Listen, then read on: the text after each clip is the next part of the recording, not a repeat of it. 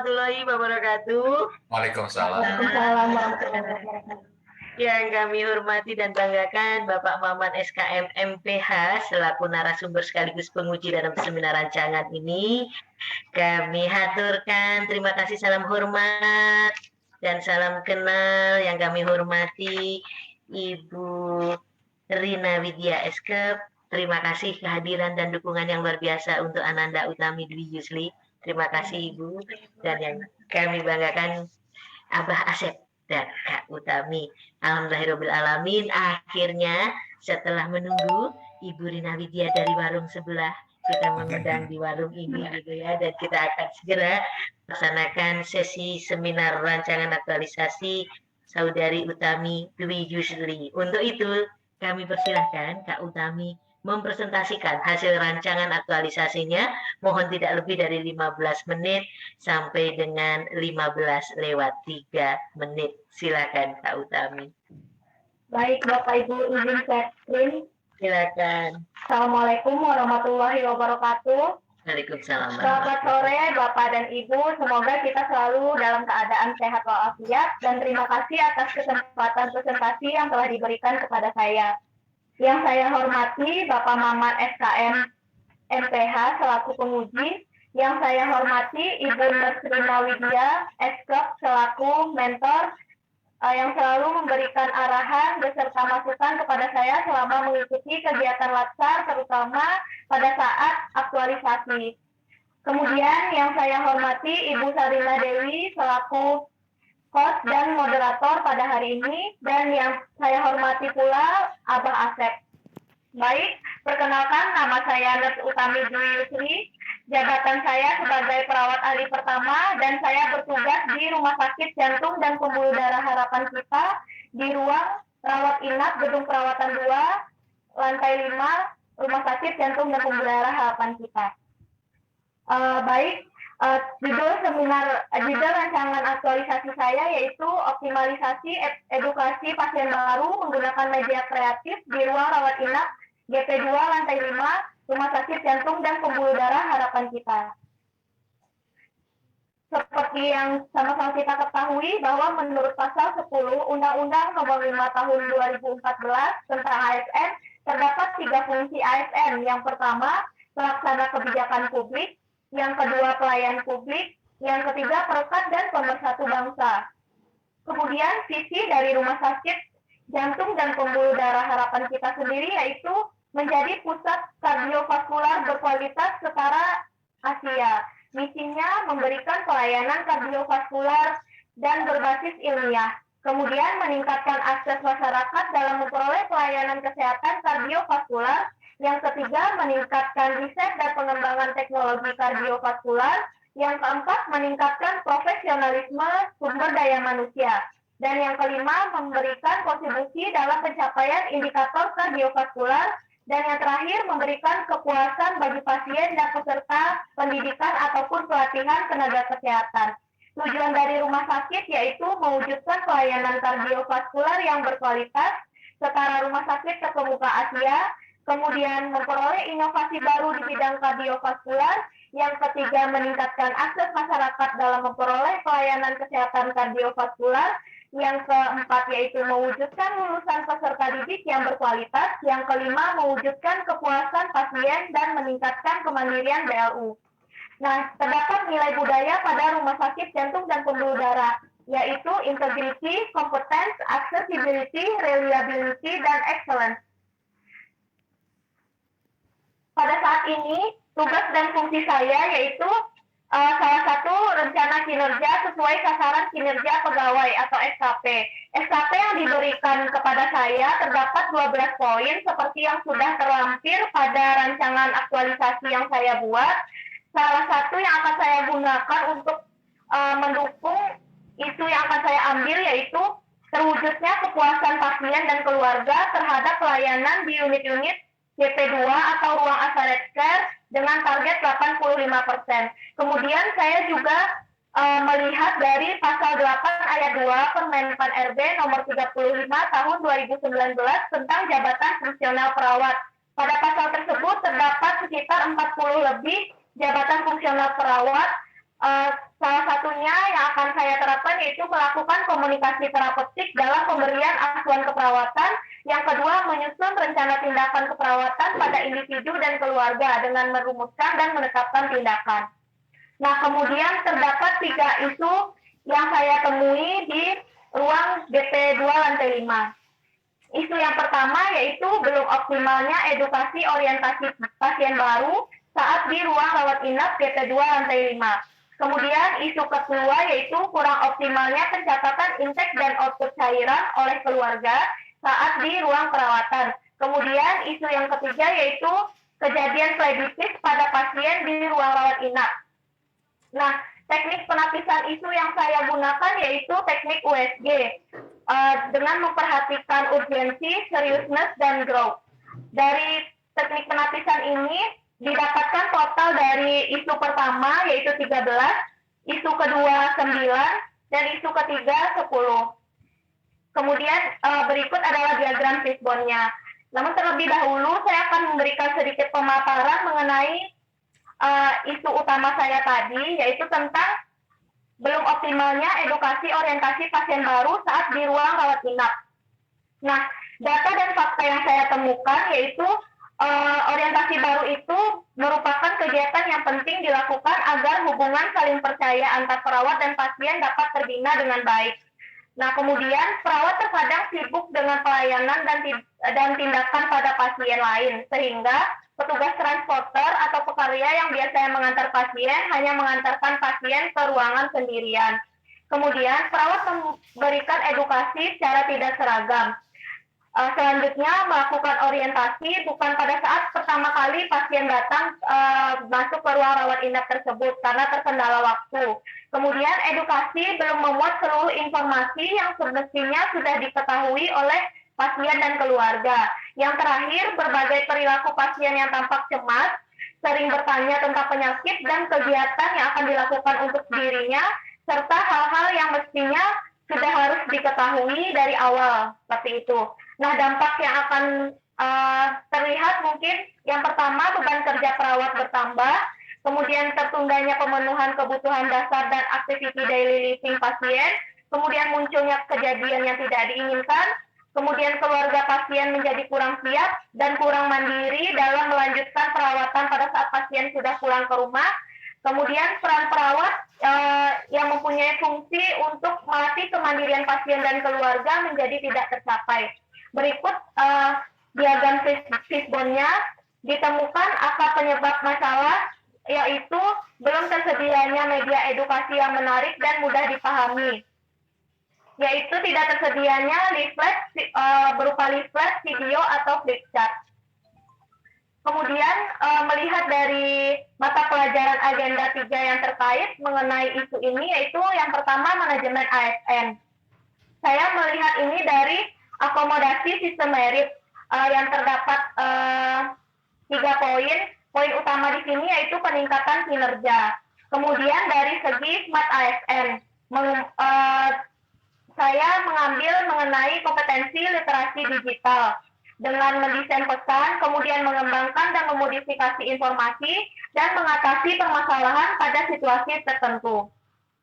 Kemudian gagasan kreatif yang akan saya lakukan pada aktualisasi saya nantinya yaitu mengoptimalisasi edukasi pasien baru menggunakan media kreatif di ruang rawat inap GP2 lantai 5 Rumah Sakit Jantung dan Pembuluh Darah Harapan Kita.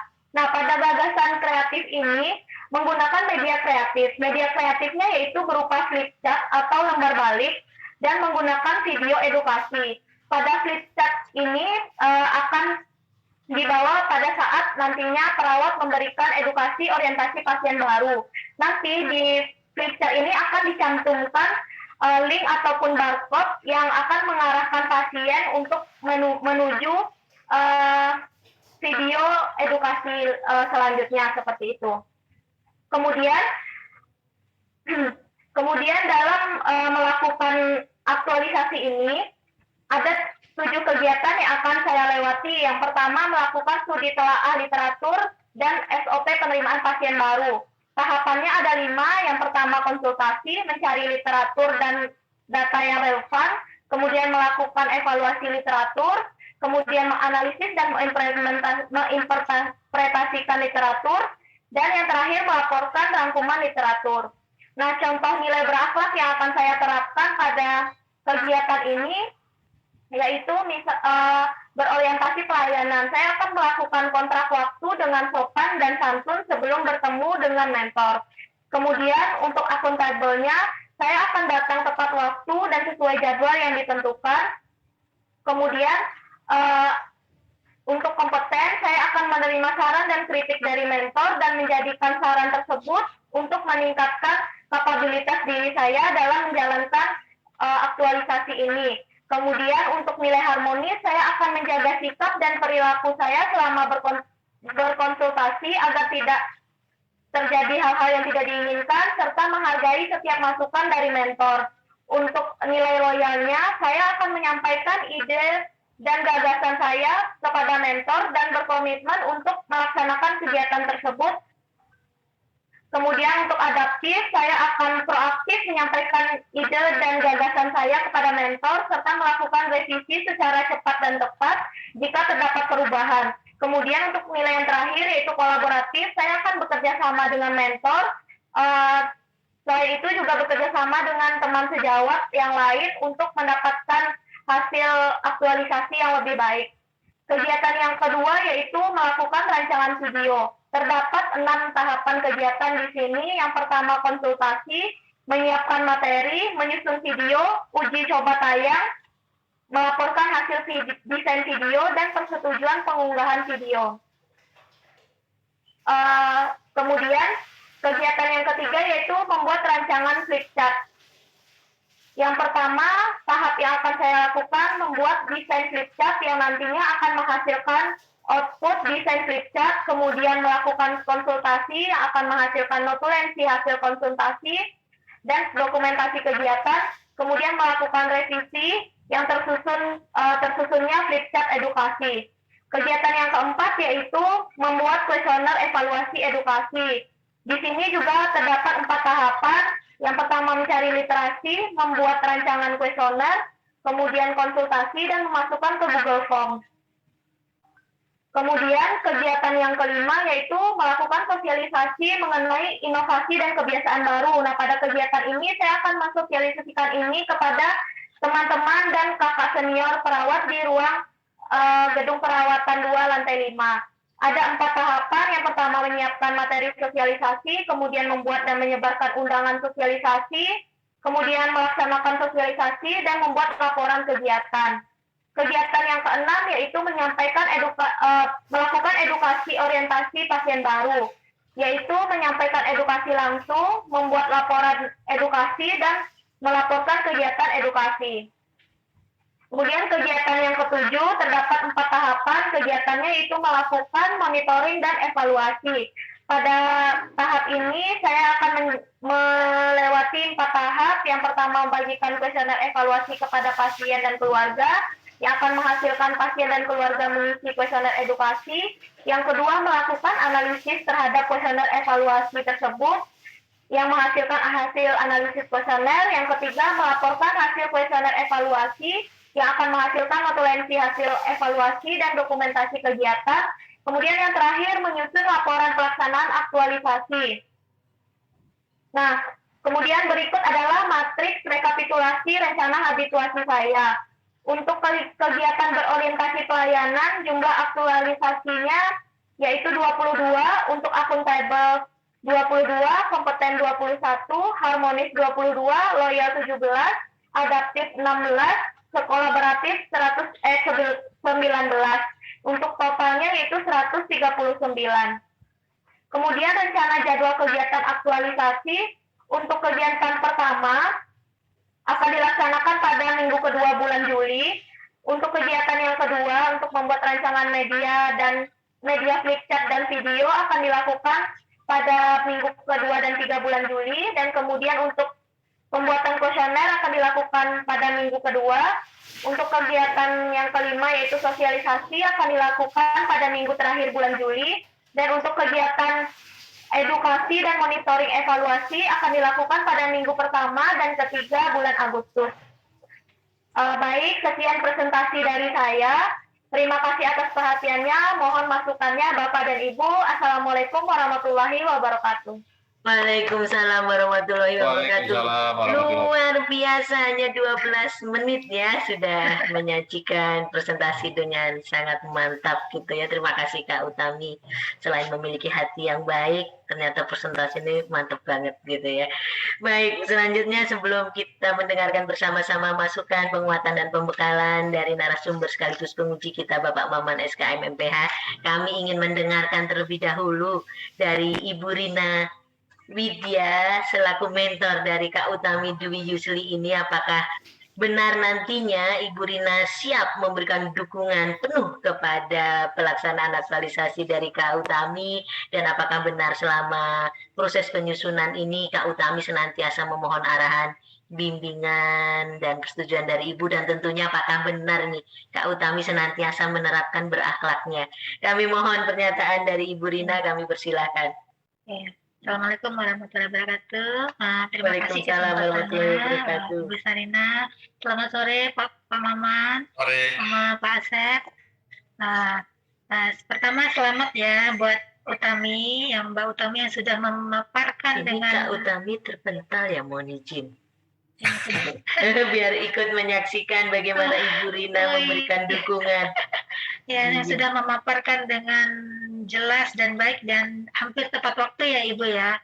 Dan selama mempersiapkan seminar rancangan aktualisasi ini, Mbak Utami ini termasuk aktif dalam bertanya, berkonsultasi sama saya dan sama teman-teman dan kakak-kakak senior yang ada di ruang perawatan.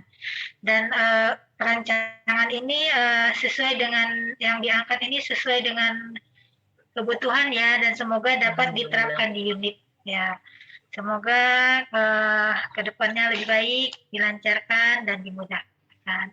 Terima kasih support bimbingan dari Ibu Sarina selama ini ya. Alhamdulillah. Yang berakhlaknya benar-benar bisa diterapkan sehingga memberikan pelayanan terbaik buat pasien-pasien kita. Sekian Ibu, terima kasih. Masya Allah, Alhamdulillah, kami aturkan terima kasih. Kami rasanya lega dan bahagia Ibu atas mendengar sendiri testimoni. Tidak hanya gitu ya, ini sudah diberikan dukungan penuh, namun berakhlaknya senantiasa ditetapkan. Terima kasih pernyataan Ibu yang luar biasa. Dan untuk semakin menguatkan dalam pelaksanaan aktualisasi nanti, marilah kita mengikuti ini masukan, pembekalan dan penguatan dari narasumber sekaligus penguji kita Bapak Maman SKM MPH. Kami persilakan Bapak. Baik, terima kasih Ibu Dewi, terima kasih Ibu Rina. Assalamualaikum warahmatullahi wabarakatuh. Waalaikumsalam warahmatullahi wabarakatuh. Dan selamat untuk Kak Utami yang telah selesai memaparkan, bahkan rancangan aktualisasi juga sudah selesai, sudah diupload di Kolabjar ya.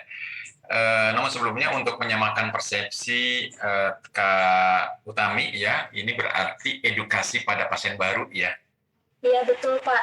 Kemudian edukasinya menggunakan media interaktif ya, media kreatif ya.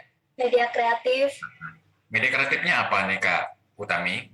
Media kreatifnya di sini ada dua Bapak. Yang pertama menggunakan flip chart pada saat ke pasiennya datang, nanti para perawat membawakan flip chart tersebut. Kemudian ada media selanjutnya yaitu media video.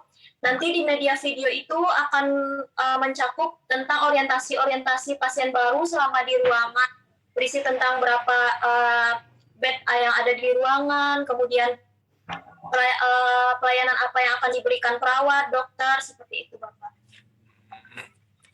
Berarti media flip chart itu seperti apa ya? Seperti kalender lipat itu kayak gitu ya? Iya Bapak, betul, seperti kalender lipat. Boleh dipraktekkan misalnya contohnya nanti pada saat implementasi, nih tiba-tiba saya datang di pasien baru, kemudian Kak Utami itu bawa media flip chart begitu kan? Dan dijelasin begitu? Bagaimana? Nanti mungkin seperti ini Pak. Medianya yang ada seperti ini, begini. Terus? Jadi nanti kita itu memperkenalkan diri dulu sebelumnya, menjelaskan kepada pasien. Jadi pada saat pasien baru datang itu yang paling utama itu kita melakukan pengecekan kondisi pasien pada saat itu, Bapak. Misalnya tanda-tanda vitalnya seperti tekanan darahnya, suhunya, dan lain-lain. Jadi kita bisa mengetahui pada saat pasien datang ke ruangan kita itu seperti apa begitu. Nah, kemudian Contoh dipraktekin. Sebelum nanti ke yang lain ya. Ini anggap saja saya pasiennya dulu. Nah, ada di depan Kak Utami ini seolah-olah ya. Baik. ya. Ini program datangnya. Selamat sore Ibu Sarinah Dewi. Selamat sore Kak Utami. Ibu Sarinah bisa disebutkan tanggal lahirnya? 17 April 1973. Ini programnya lesu ya. Kan sakit. Ibu, saya perawat di Gedung Perawatan 2 lantai 5 ini ya Ibu. Nama saya Utami Dwi Yusri, Ibu. Saya yang bertugas pada dinas sore hari ini. Nah, jadi Ibu ini sedang berada di ruang rawat inap Gedung Perawatan 2 lantai 5 pada kamar 08 ya Ibu ya, pada bed nomor 2. Nah, Ibu, di sini saya akan memberikan sedikit informasi mengenai perawatan yang akan Ibu lakukan selama di sini. Selama di sini nantinya Ibu mungkin perawat akan melakukan observasi kepada Ibu, observasi tekanan darah, seperti itu ya Ibu ya. Oke, stop. Itu materinya ya. Materinya, kontennya udah dikuasai. Nah, berkaitan dengan flip chart-nya ini. Berkaitan dengan flip chart-nya ini, nanti di flip chart-nya ini akan dibuat ruangan yang sekilas tentang ruangan seperti itu Pak. Misalnya di kamar itu ada fasilitas apa saja, terus bagaimana cara menggunakan bed pasien seperti itu, kemudian cara menggunakan bel yang ada pada kamar pasien seperti itu, terus kapan perawat akan melakukan observasi tanda-tanda vital seperti itu, dan kapan pasien akan mendapatkan layanan tentang dokter penanggung jawab pasien selama pasien dirawat itu siapa, seperti itu, dan kegiatan-kegiatan perawatan pasien lainnya seperti itu Pak. Luar biasa ya. Luar biasa. Apa tidak lebih praktis misalnya, selamat sore Ibu, saya Utami, selamat datang di kamar ini gitu kan, lantai 4, kami siap melayani Bapak Ibu semuanya. Ini adalah tempat misalnya, maksudnya apakah tidak ribet dengan menggunakan flip chart tadi? Tidak ribet nggak dalam edukasinya? Pada pasien datang, kemudian kalau kita berbicara secara langsung, untuk bagian yang itu mungkin untuk membantu perawat tadi Pak, jadi kan tadi saya sudah menemukan isu seperti itu bahwa ketidakseragaman penyampaian edukasi, walaupun sudah ada SOP ini tadi. Jadi dengan adanya flip chart ini kita bisa sesuai dengan apa yang akan disampaikan, jadinya runtut seperti itu Pak. Jadi poin A kita menyampaikan ini terlebih dahulu, poin B dan poin selanjutnya kita menyampaikan apa. Jadi akan terbantu dan informasi serta permasalahannya dapat secara tidak langsung lama-kelamaan akan diselesaikan Pak, karena adanya keseragaman informasi yang diberikan. Baik, luar biasa. Baru paham arahnya. Maksudnya gitu kan ya. Baik, Kak Utami. Jadi Kak Utami pada sungguhnya adalah akan mengoptimalisasikan edukasinya ya dengan memanfaatkan bahkan membuat media, baik itu media grafis termasuk juga media dalam bentuk video. Ini luar biasa sekali gitu kan ya. Apa sih yang dapat Kak Utami banggakan pada saat aktualisasi ini dengan kegiatan yang tadi Kak Utami sampaikan dengan panjang lebar? Apa sih kebanggaan untuk Kak Utami pada saat aktualisasi? Ya, baik, terima kasih Bapak atas masukan dan pertanyaannya. Yang dapat saya banggakan untuk melakukan aktualisasi ini, di sini saya dapat mengaktualisasikan apalagi pada poin berorientasi pelayanan Bapak. Jadi saya nantinya dapat memberikan kepuasan bagi pasien dan keluarga. Dan bukan hanya pada saat itu saja, kegiatan saya ini juga akan dapat dilaksanakan terus-menerus, bahkan nantinya mungkin akan dapat dimodifikasi oleh peserta-peserta latsar atau perawat-perawat selanjutnya yang ingin memodifikasi seperti itu Bapak. Jadi mungkin pada saat ini masih hal kecil yang saya lakukan, tapi nanti akan insya Allah akan berdampak luas ke depannya seperti itu Pak. Baik, jadi kita sebagai ASN dengan tagar bangga melayani bangsa. Nah, Kak Utami, salah satunya bangga melayani bangsanya adalah bangga melayani pasien-pasien baru ya, dengan mengembangkan media kreatif gitu kan ya. Dan mungkin tidak hanya untuk peserta latsar berikutnya, media kreatif yang Kak Utami pakai mudah-mudahan dikukuhkan, ditetapkan oleh Bu Rina gitu kan ya, sebagai media yang ditetapkan sebagai media instansi pada saat menerima pasien-pasien baru. Mungkin tidak hanya berhenti di satu media saja, ya maksudnya tidak hanya berhenti di satu pecat saja, karena pasien baru mungkin nggak tahu juga, mungkin situasi di rumah sakit mungkin Ibu Rina yang lebih tahu dengan jenis kategori penyakit yang relatif sama atau beda-beda, tentunya mungkin perlakuannya juga sama. Saya ingin titip pesan Kak Utami. Jadi pada sungguhnya Kak Utami mungkin tidak hanya sebatas bangga pada saat membuat flipchart ya, tidak hanya bangga berhasil membuat video, karena Kak Utami sudah berhasil kok pada saat tugas di agenda 1 ya kan, membuat video visualisasi bangsa. Tapi yang saya tekankan di sini adalah bagaimana Kak Utami dapat menerapkan, dapat mempraktekkan nilai-nilai berakhlak itu ya, nilai-nilai dasar ASN. Ada 21 butir dari 7 nilai dasar ASN. Ya salah satunya santun, ramah kepada mentor, kepada rekan kerja gitu kan ya. Jangan sampai kesan ini CPNS milenial kok beda ya dengan kita dulu, kurang sopan, kurang ajar misalnya gitu kan ya. Tapi kalau kecerdasannya oke, skillnya oke, tapi tolong soft skillnya ya, soft skillnya ini adalah berakhlak itu kata-kata yang mulia. Apalagi ini core value ASN berakhlak luar biasa, 21 butir, 21 kode sikap perilaku yang perlunya yang tidak hanya dipahami tapi mungkin perlu kita laksanakan gitu kan ya. Sebulan itu adalah habituasi, sebulan adalah latihan. Yang berikutnya nih PR besarnya ya, tentunya kami juga ingin sangat-sangat ingin mendengar sih, benar nggak sih akan menerapkan core value berakhlak, benar nggak sih akan mengaktualisasikan nilai-nilai berakhlak tadi gitu. Dan yakinkan kepada Ibu Rina, kepada Ibu Dewi, dan kami juga berharap nih Kak Utami ke depan menjadi tidak hanya sekedar CPNS, karena CPNS dan PNS sudah banyak ya di luar sana. Ketika nanti bekerja juga kalau hanya sekedar bekerja, kerbau di sawah juga bekerja gitu kan. Tapi kita harus memberikan value, memberikan nilai pada nilai organisasi. Silakan Kak Utami, yakinkan kami semuanya. Baik, terima kasih Bapak masukannya. Saya akan membacakan komitmen saya.